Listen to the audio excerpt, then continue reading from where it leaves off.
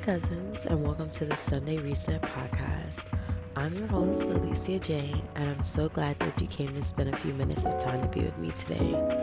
I see you're growing and you're glowing, and I love this look on you, but have you been drowning in loneliness lately? Yeah? Let's talk about it.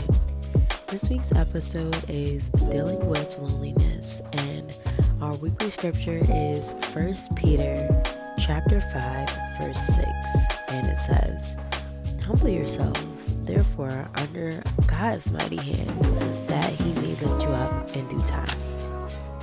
I know that loneliness is inevitable, even if you have millions, even if you have friends or family.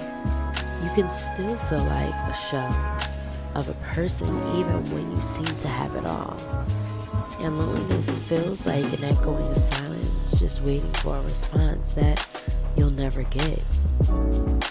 And I don't know about you, but that feeling can overtake and destroy your overall outlook on life and take away from the successes that you've achieved. And if you ever felt that emptiness and found yourself looking for that fullness feeling, I'm here to help. But I do want to take out the time to acknowledge that mental health is important. And if you feel cornered with your options, please take the time out to reach out to 988 via text or call. But how do you embrace your loneliness? How do you make your loneliness work for you? How does your loneliness affect your lifestyle?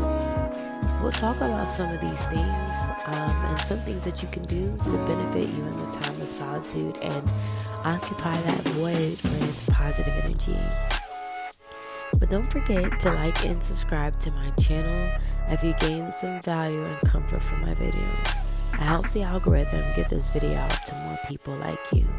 And loneliness just isn't talked about enough. It's a plague that is spreading silently.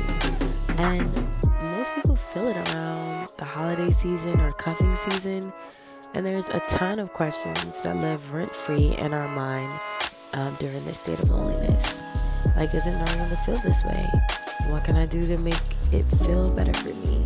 And so much more. And I think that being alone can work to our advantage. It's not extremely necessary to have friends or a social circle, even though we are a social species. We can improve or eliminate loneliness by a few steps. The first step would be to take the time out to explore what you like. Use the time alone for self-discovery. Understand what your interests are, your passions, or your goals without external influences. I feel like time after time again, people get so involved in the intricacies between the relationships with other people that they forget who they are as a person. And so after time goes by, at the end, when your relationship comes to a close or it comes to a break, you're asking yourself, well, who am I? I don't know who I am. You're having an identity crisis, and that only fuels your loneliness because you don't know how to be with yourself. So take the time that you are alone to find yourself and do things that you like to do. And the next thing I would recommend is to invest your time of solitude back to God through mindfulness practices and meditation. Sometimes God puts us in a state of loneliness so that we can draw closer to Him. You can't really be focused on Him and focused on outside influences at the same time. It does take some balance in order for you to really find your ebb and flow with your relationship with God. And sometimes if you are heavily focused on outside influences, He will put you in a state of loneliness. So take the time to engage in your mindfulness and find your inner peace and acceptance so that you're not as dependent on outside acceptance and satisfaction, so that you can live without being sad or depressed or focused on outside opinions So those are two things that I would recommend you work on while you're in your state of loneliness. The last thing I would recommend is to develop your own personal skills while you're in your state of loneliness. If you went in your state of loneliness at a level 8, you want to come out on a level 9 or 10. You want to come out on top. And how you do that is you continue to develop and push forward towards your passion and your purpose. One thing we all have to realize is that not everybody that was placed into our lives is meant to be there every step of the way.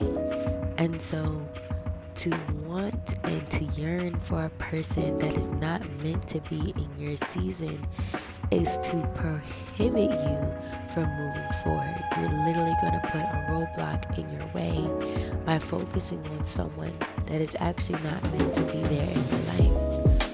And you don't want to force anything, but that's a part of having discernment, and I think that I'm still growing and developing that skill.